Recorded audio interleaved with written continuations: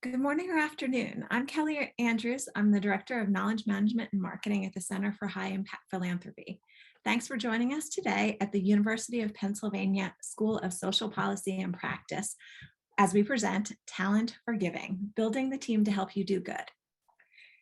We'll begin today with an introduction from Dick Henriques, a Senior Fellow and Advisor at CHIP, who's as well as the former CFO of the Bill and Melinda Gates Foundation. Next up, we'll have Rosqueta, who's the founding executive director of CHIP, and she'll be discussing the 4 talent pitfalls that donors make and the talent ecosystem that surrounds us. Next up will be Neha Butala, who's a social impact fellow and the lead applied researcher on this project. She'll introduce the early decisions you need to make before building a team and the capabilities that will help. Then we'll have Hanh, Director of Applied Research and Analysis, who will discuss the talent you need for implementation and assessment. A question and answer period will follow the presentation. You can submit questions at any time using the Q&A button at the bottom of your screen. Now, here is Dick, who will begin to talk about how and why we developed this project. Good morning, and thank you, Kelly. Today, Kat, Hanh, Neha, and I want to introduce you to a new guide from the Center for High Impact Philanthropy on the talent that is the people you need to build the teams to be effective and impactful in philanthropy. So why is this important? Well, there are several reasons. First, and personally, my experiences at Merck and at the Bill and Melinda Gates Foundation in early stage biotechnology and on nonprofit boards have taught me that the most important tasks were understanding the mission, the work to be done, and the talent needed to get the job done. Second, it is hard enough to secure the right talent in the business world. It's even harder in philanthropic and nonprofit organizations. And there are few resources available to help understand and identify the talent required for impactful giving. And third, the events of the past 2 years have vividly laid bare disparities in access to healthcare, disparities in economic well-being, and racial injustice. And finally, and hopefully, more wealth is available and motivated like never before to address these issues. So how can talent be identified, developed, and deployed as effective teams in philanthropy? Philanthropists must clearly understand and articulate the goals to be chased, the jobs to be done, and the talent needed for both. And to ultimately assess how things are going, to learn from successes and failures, and to apply that understanding for increased impact in the future. This webinar serves as an introduction to a guidebook that can help clarify these tasks and is more than just a document. It is a tool that can direct you to the carefully curated yet extensive resources at the Center for High Impact Philanthropy for deeper understanding. The ultimate outcome, of course, is higher impact with your giving by deploying the right talent to get the right job done. But first, it is critical for philanthropists to be aware of the pitfalls in the way of effective giving. Barriers that Kat will now explain.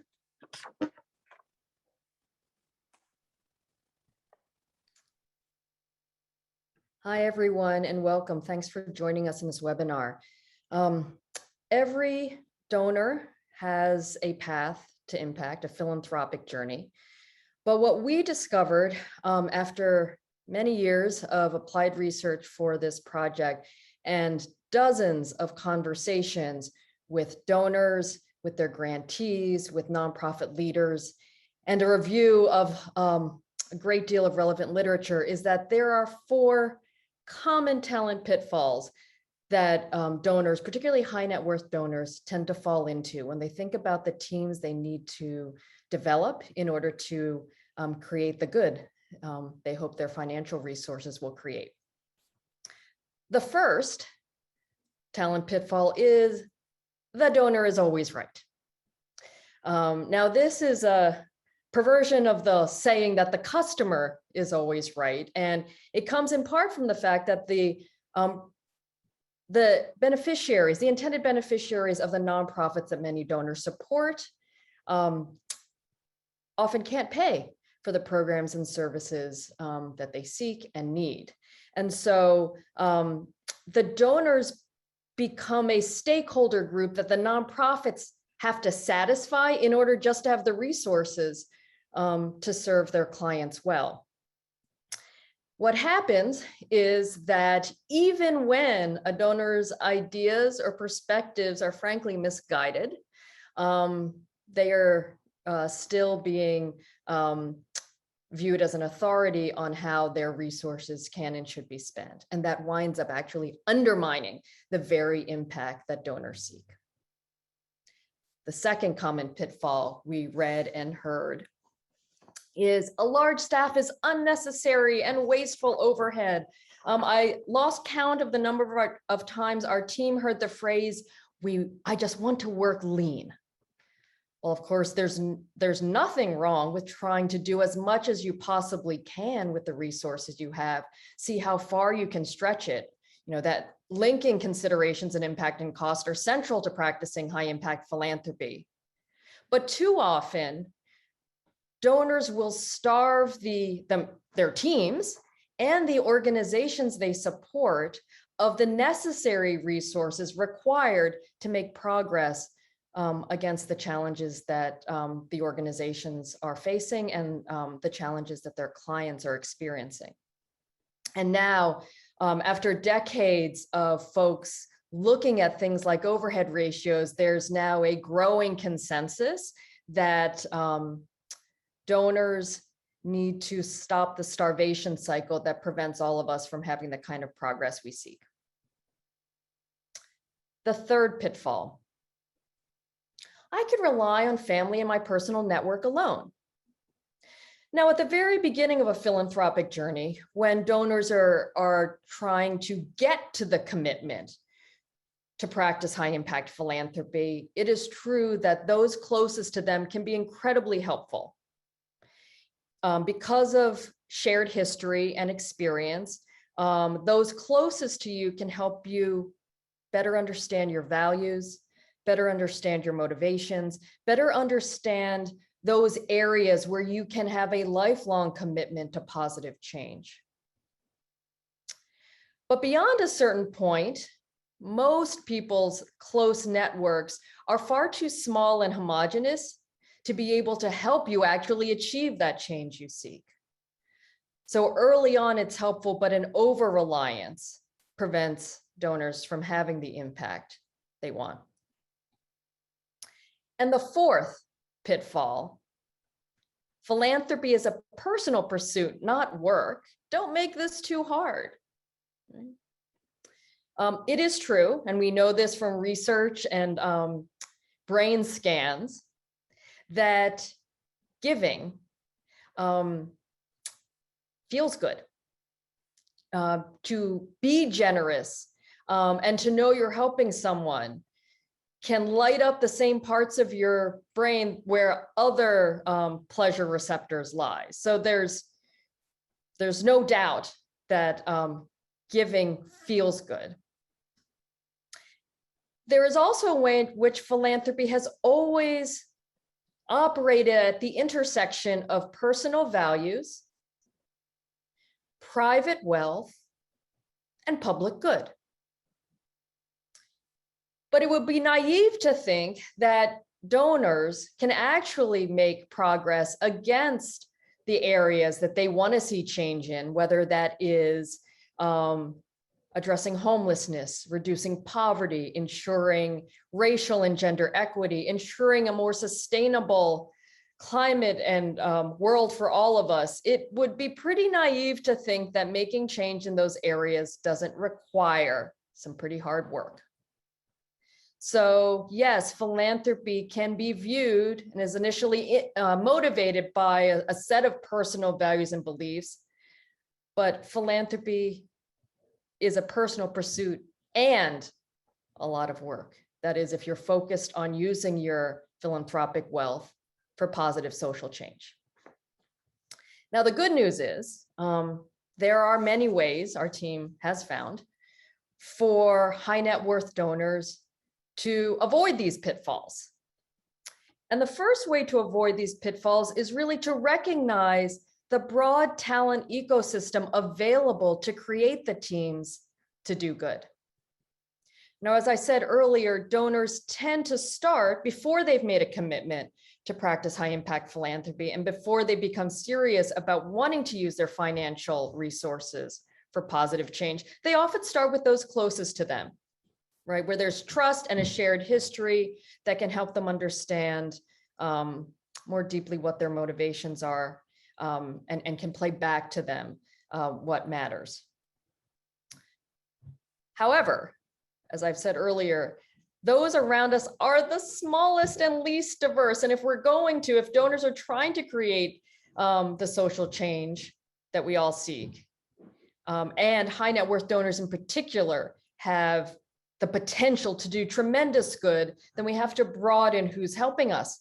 And the broadest and most diverse source of talent are professionals in related areas. So that includes philanthropic advisors, nonprofit leaders, professional grant makers, subject matter experts in the causes that you are committing to create change in. These are also the people who are best positioned to link you more closely to the beneficiaries, the communities, the people that you hope your philanthropic activities help. The next source of talent are peer donors and acquaintances with relevant experiences. These folks can help you find the appropriate professionals. Often when they are further along on their philanthropic path, they can share with you those hard-won, hard-earned lessons learned, mistakes made, so you can avoid them. To the extent that they are focused on the same social impact goals, they can also in the future become your collaborators and co-funders. And as I said, throughout this journey, if you do continue to think of philanthropy as working at that intersection of deeply held personal values and beliefs and the use of private wealth, but for public good, the folks that you most closely trust and whom you know best can still be helpful, often are helpful, and can often, speak truth to you in a way that others might not. Right. So friends, family, and business associates, it's not that there won't be helpful, but too often high net worth donors rely on them exclusively for too long. And as a result, move far more slowly than they'd like on that path to impact. Now, the other thing that we learned during the course of this project, and it is stated time and again in all the talent and human capital literature, is when you are looking for the actual individuals to help you, you cannot identify them until you know the capabilities required, and you can't know the capabilities required until you have clarity on the work that needs to get done. So with that, I'm going to pass this on to my colleague, Neha Butala, who's going to talk about how to find the specific talent you need and the capabilities that you're going to want in order to create positive change. Neha? Thank you, Kat. No matter where you are in your philanthropic journey, the first step on the path to greater social impact is to clarify your initial goals and approach. Establishing your initial social impact goals is more than articulating your values and your overall aspirations. It is the first concrete step in moving from good intentions to impact. We have identified a set of questions to help you early on, and while you may revisit these questions and your answers to each of these questions, the initial answers will inform the talent you need on your path to greater impact. The first question I'll cover is, what issue or cause area will my philanthropy address? Each issue or cause area has its own set of challenges, players, indicators of success, and history of what has and has not worked. Without people who bring issue or cause-specific knowledge and networks, your progress will be slower, and you risk wasting time and effort making the same mistakes others have before. The second question is, which populations and geographic areas will most benefit if my philanthropic activities succeed? Effective implementation requires adapting efforts to the needs and circumstances of specific populations and geographic areas. Most high net worth donors are very different from the beneficiaries they hope to help. To adapt your efforts well and to avoid blind spots, you will need people with knowledge and connections to the populations and geographies you seek to serve. The third question is, how directed versus open will my approach be? A directed approach typically involves a specific theory of change. That is, a strong hypothesis regarding the best way to achieve a social impact goal. The more directed an approach you take, the more susceptible you will be to losing beneficiary perspective and the perspectives of others who share your social impact goal, but not necessarily your chosen approach. You will need to intentionally identify people to counteract that risk. A more open approach tends to emerge more iteratively and organically based on opportunities that present themselves. The more open an approach you take, the more you will need help incorporating what you learn in real time so that your efforts and make progress and don't devolve into randomness. Fourth is, which philanthropic plays will I support to achieve my social impact goal? At CHIP, we've identified 4 broad categories or plays that philanthropy can back. Some funders focus on only one, while others may fund efforts across all 4. They are direct service programs, systems building and strengthening efforts, policy change and advocacy, and innovation and R&D. Each play has different strengths and limitations, indicators of progress, types of evidence you can use to assess the potential of an opportunity, expected timeframes for results, and risks involved. It is rare for people to have experience across all 4. Once you decide on your initial approach, your choice of plays will eventually inform whom you hire and work with. For example, having someone on your team who understands the ways local, state, and government rules affect your social impact goals will be helpful if you choose to back policy and advocacy efforts. And finally, the question is, will I fund efforts that do not involve financing the work of a nonprofit or NGO? All 3 sectors, that is government, business, and nonprofit, can advance or impede social impact goals. While most donors historically have focused on only funding nonprofits through gifts and grants, others have used program-related investments, mission-related investments, and other financial vehicles to achieve social impact. Your choice will inform who you eventually hire and work with. For example, explicitly integrating considerations of social impact into commercial investments is a relatively new capability, requiring both skill in measuring and managing social impact and skill in assessing the commercial viability of a business entity. In other words, the talent hurdle is considerably higher. These decisions are necessary to make before you begin implementing your approach. They mark the start of your strategic roadmap, and you will likely rely on many people from the full range of formal and informal talent that Kat described to help you make them. In fact, we identified certain capabilities that are particularly useful. Consulting and advising skills. Early on, the job is to help you gain clarity. Making decisions and helping others make decisions are 2 distinct skill sets. The latter involves excellent listening and coaching skills, usually honed through professional experience in some form of client service, such as consulting, advising, coaching, fundraising, and sales. Those who have adopted a servant leader mindset, which is characterized by a commitment to supporting the growth and well-being of others, even if they haven't worked in client service, can also be highly effective. Next is comfort interacting with individuals in positions of power. Look for people with excellent active listening skills, the kinds of strong communication skills that will allow them to probe and disagree with you respectfully, and the kind of initiative and resourcefulness to seek out people, ideas, and other resources that can help you. Managing up is a particular capability characterized by being a genuine source of help for someone who may wield more authority than you do. What you don't want is a professional fan or cheerleader who is just grateful to be so close to power because they are working with someone with more influence, wealth, celebrity, or other forms of power. They view their primary role as keeping you happy, even if it means preventing you from learning that some of your ideas and assumptions are misguided.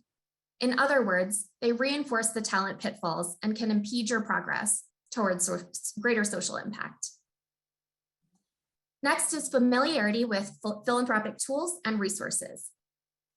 Experienced philanthropic advisors, nonprofit and philanthropic consultants, professional grant makers, former fundraisers, and nonprofit leaders whose interests and experience go beyond the mission of the particular organization, are all people who can help you.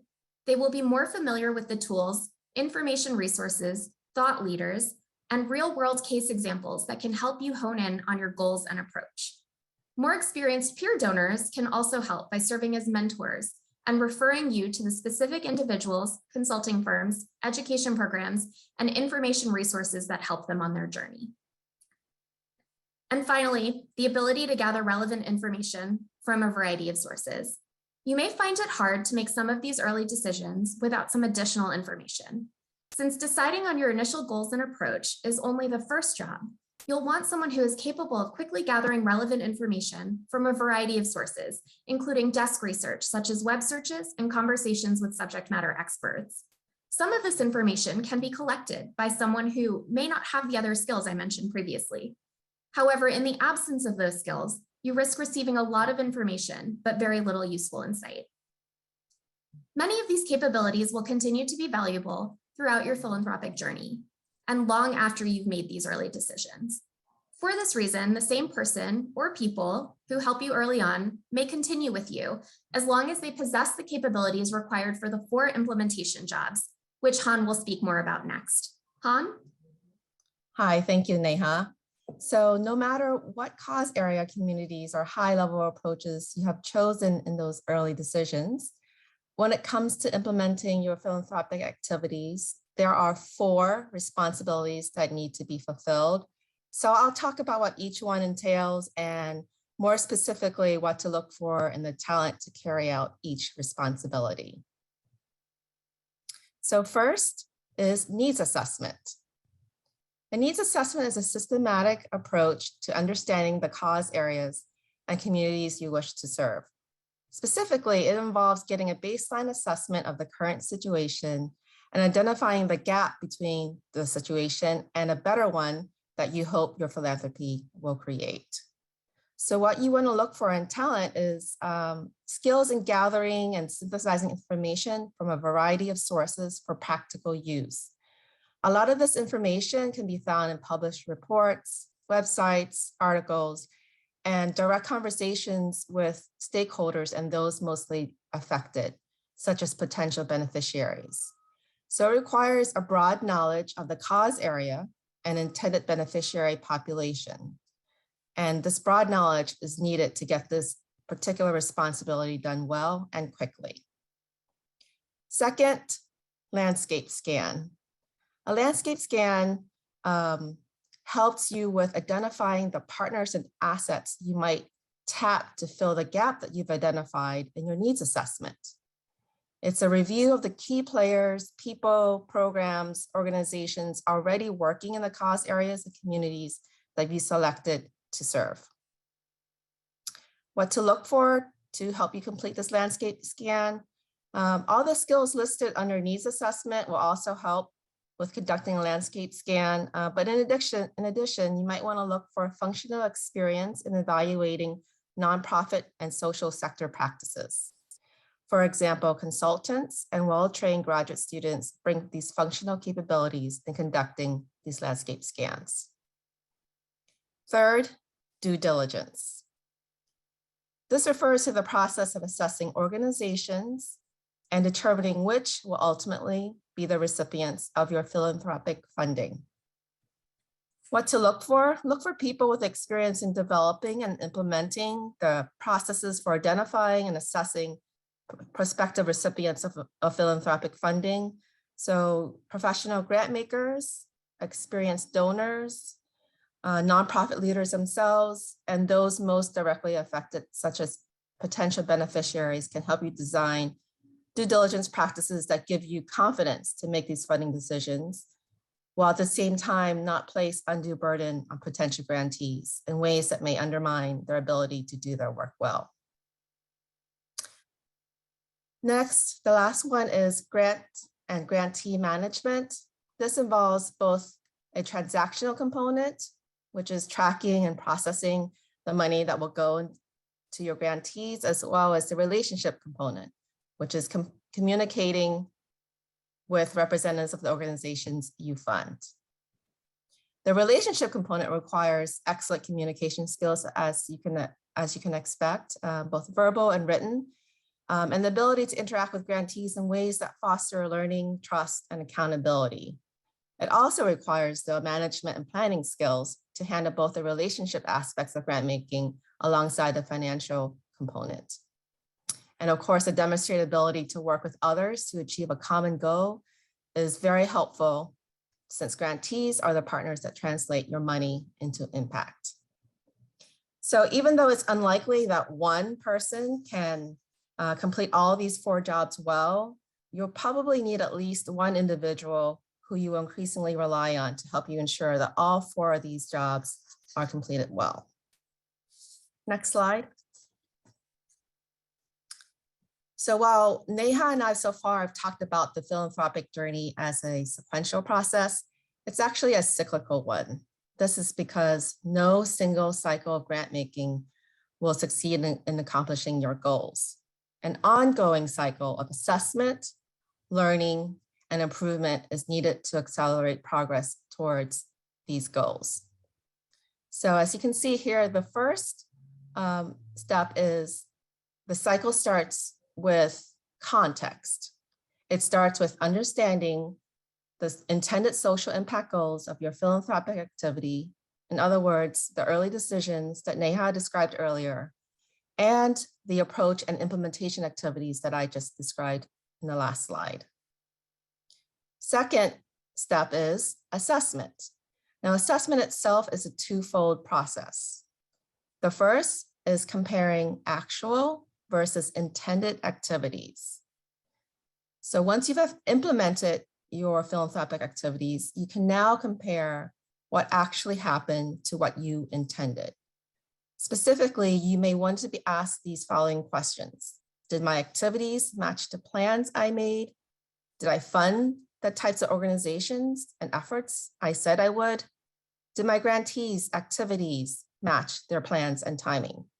So the answers to these questions are necessary before assessing actual results. The second part of assessment is comparing actual results. Some call them outcomes versus the hoped for results. So what you're looking for here is assessing the following specific questions. Did my funding produce the expected result? If not, how did the results differ from what I hoped for? And then what might account for any differences between the actual and expected results? And any differences between actual and intended activities implemented might account for this difference in results. However, unanticipated or unproven assumptions and external influences, both good and bad, might also account for the difference in expectations. Then finally, the last part of the cycle is learning and improving. The answers you obtain from both assessment activities provide valuable lessons for you, your grantees, and all of your stakeholders. So asking them and sharing these answers with all stakeholders can enable the next cycle of philanthropic activity to be that much more effective. So here you're asking the questions, what have I learned that will help us accomplish more, better, faster, and in a way that positive gains endure? Also ask, how will we adjust future efforts, including goal setting and choosing an approach to incorporate what we've learned? So good assessment is an iterative, cyclical process. The answers to these questions can provide opportunities to potentially revisit and refine the social impact goals, a chosen approach. But most often, though, it allows opportunities to understand how well an approach was implemented, and even the ways how you've been assessing going forward. So assessment keeps you accountable to your plans, your goals, and helps those you fund to stay accountable as well to their stakeholders and the mission. Finally, assessment is important because it provides information to help you and those you work with learn and improve so you can achieve your social impact that much better and faster. Next slide. So there are many people who can help you assess whether your funding produces intended results or activities. This talent pool includes staff at nonprofits who receive funding, external program evaluators or consultants, philanthropic staff that you hire, and the beneficiary themselves. The more you tap into all these people, the more insightful your assessment activities will be, and the more you will learn and improve. So let's talk about each of these potential sources of talent to help you assess. The first is staff at the nonprofits you fund. Some advantages include their ability to understand grantees' missions and the rationale behind activities. They are much closer to beneficiaries and their needs. And when systems exist for collecting and understanding results, they can immediately incorporate these lessons in their implementation real time and have ongoing improvements. However, there are some limitations. As implementers, they have incentives to report good results, to retain or secure funding. Also, they may be less credible than a more neutral third-party evaluator. So those who have presumed neutrality because they are external. Next, let's talk about talent from the outside third-party evaluation professionals. Because they are outside professionals, they bring specialized skill sets and approaches to nonprofit performance and social measurement. They may provide capacity that your staff or your nonprofit staff may not have because they're busy with implementation and client services. They may lack the same incentive though as staff to report good results as a result of them being external. And especially if they belong to a professional organization with a clear code of standards, such as the American Association of Evaluation Professionals. However, because they are external, they may not have existing relationships with existing clients, beneficiaries, and communities. They are costly and may require a lot of time for them to understand the mission, the goals, the activities of the grantees. And then finally, because they are external, their findings may not readily be accepted or quickly incorporated into grantee practice. Next.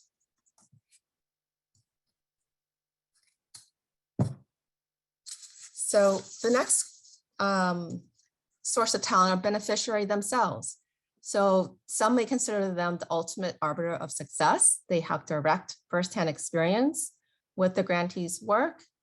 And when beneficiaries' perspectives are incorporated systematically throughout the process, then it will help avoid several of the pitfalls that Kat outlined earlier. There are some limitations with beneficiaries. They may lack interest and or capacity to provide information across all assessment activities.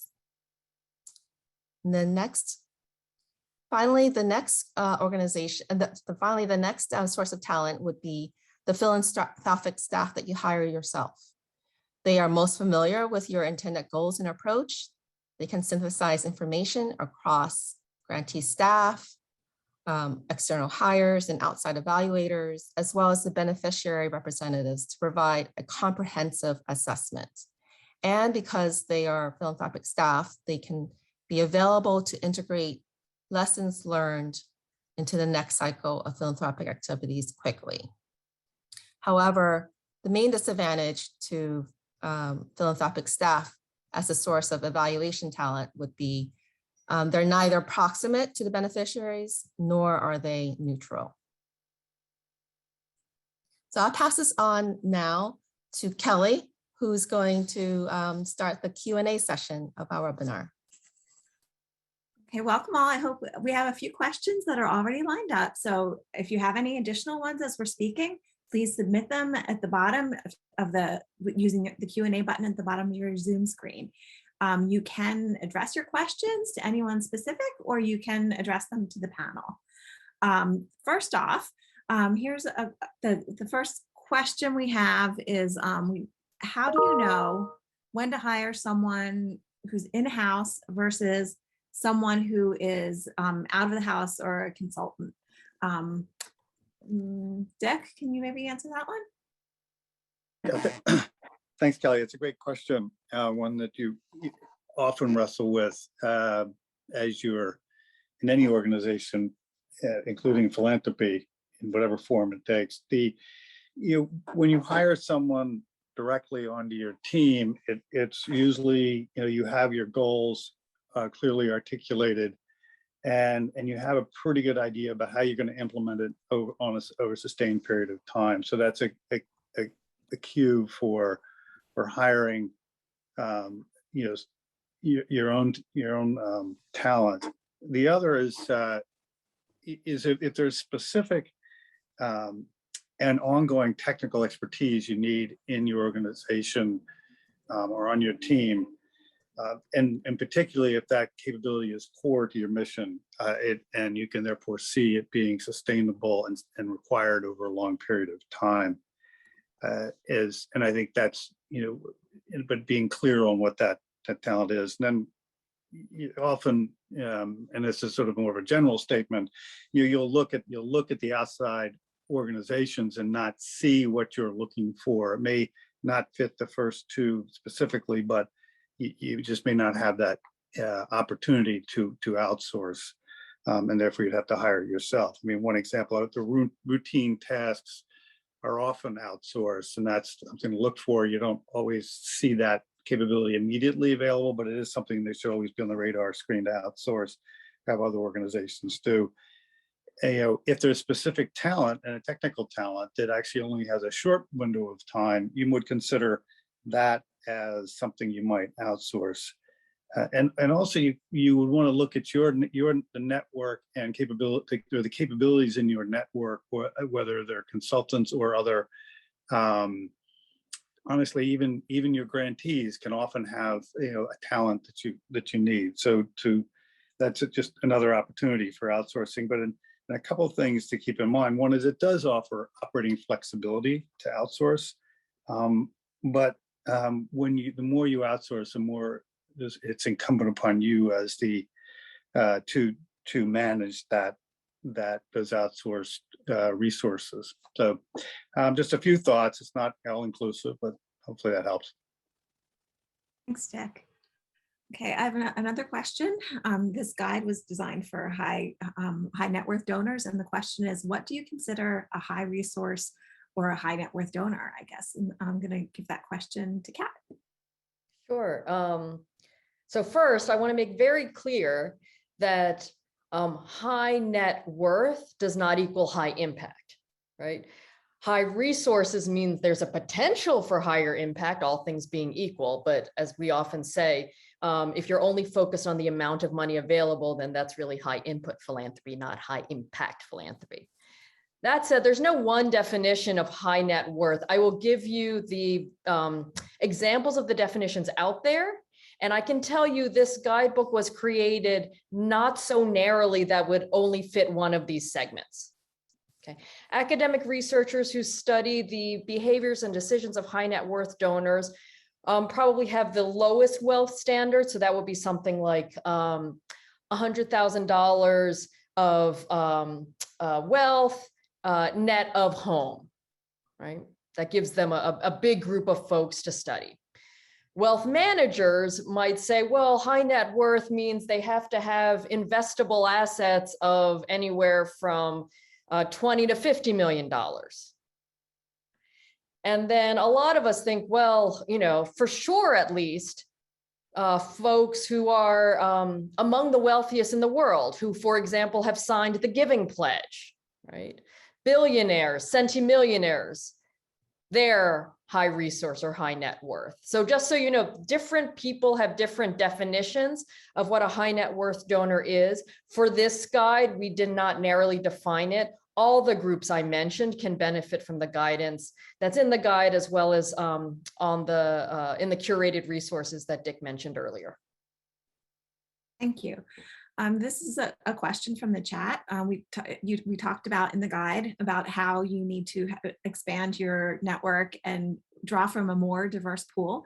And the question is, how do you recommend philanthropists create relationships with beneficiaries while protecting against any poverty or charity tourism? How do you expand your network without, being really exploitive about it?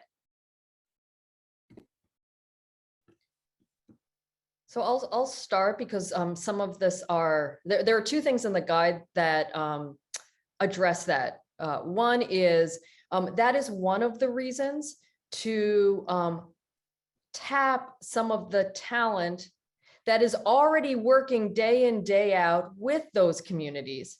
Because by the time somebody identifies as a high net worth donor, by the time you have tremendous amount of wealth that you are seriously committing to create positive social change, you likely have very little day-to-day shared experience with some of the intended beneficiaries of some of the organizations you're considering funding. So first, be aware of that very big gap in experience, knowledge, language, etc., and use that broad set of talent to help you navigate that well and respectfully. That's number one. Number two, also in the guide, there are more and more tools and communities of practice that have been developed in order to systematically and respectfully capture beneficiary perspectives. And you will find that in the guide. For example, the Fund for Shared Insight, which is one of those resources, is now a community of practice with specific tools to help people do that.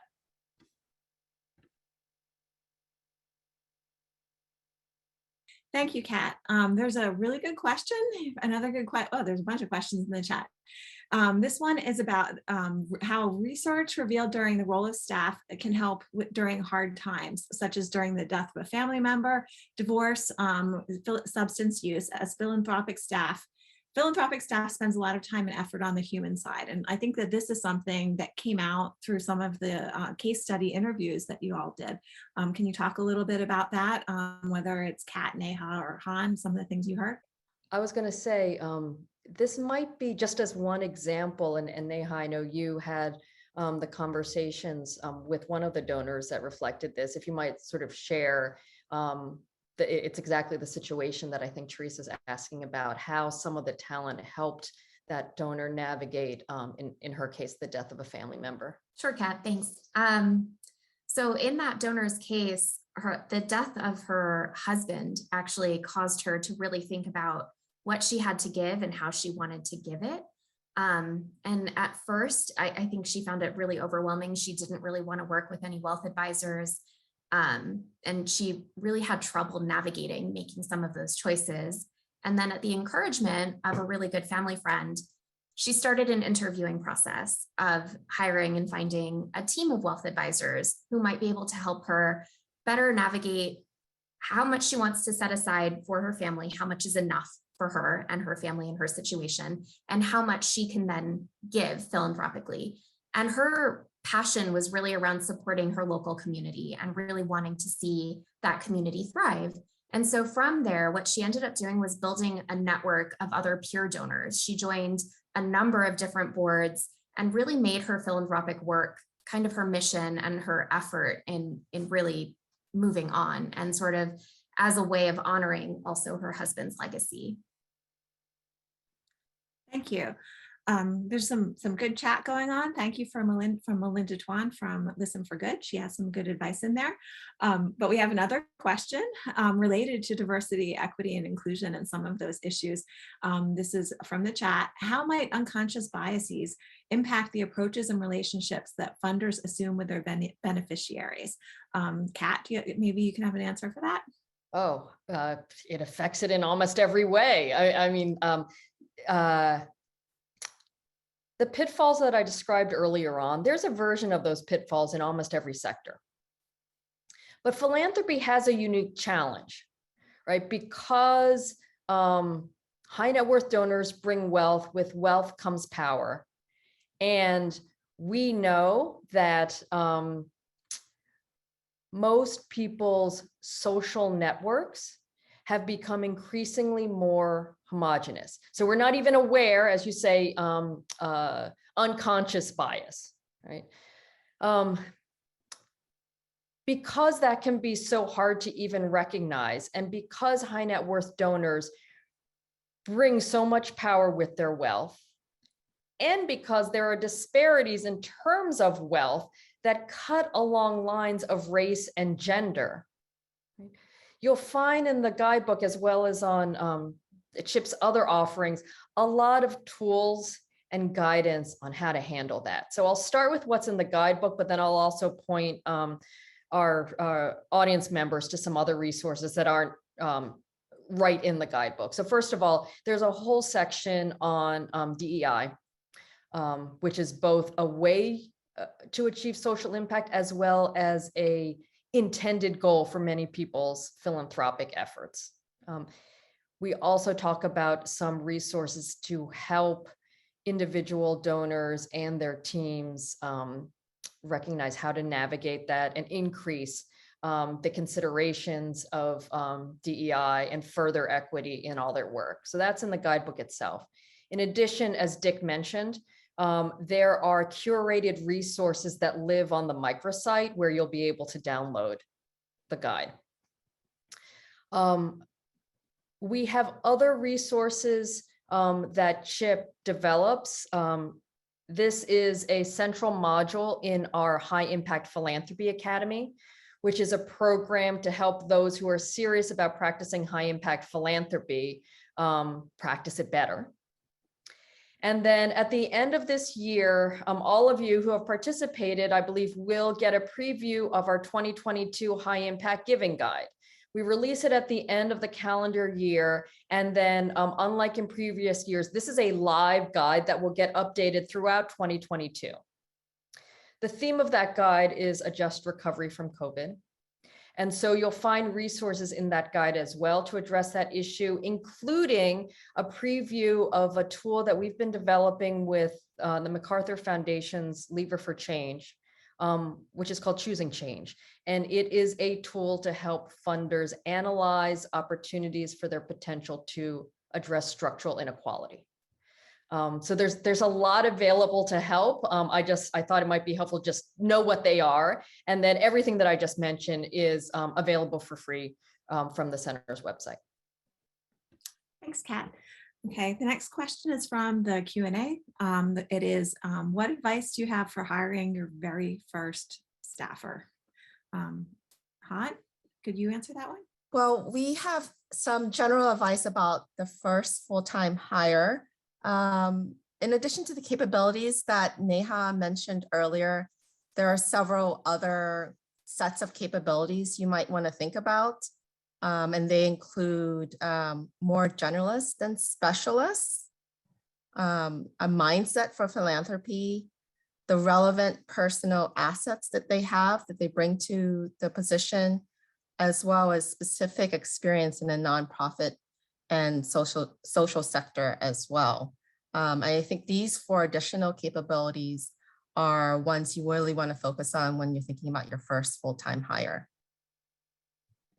Okay, I have a follow-up for that, which is how do you know how much to pay someone when you're looking to hire in-house staff?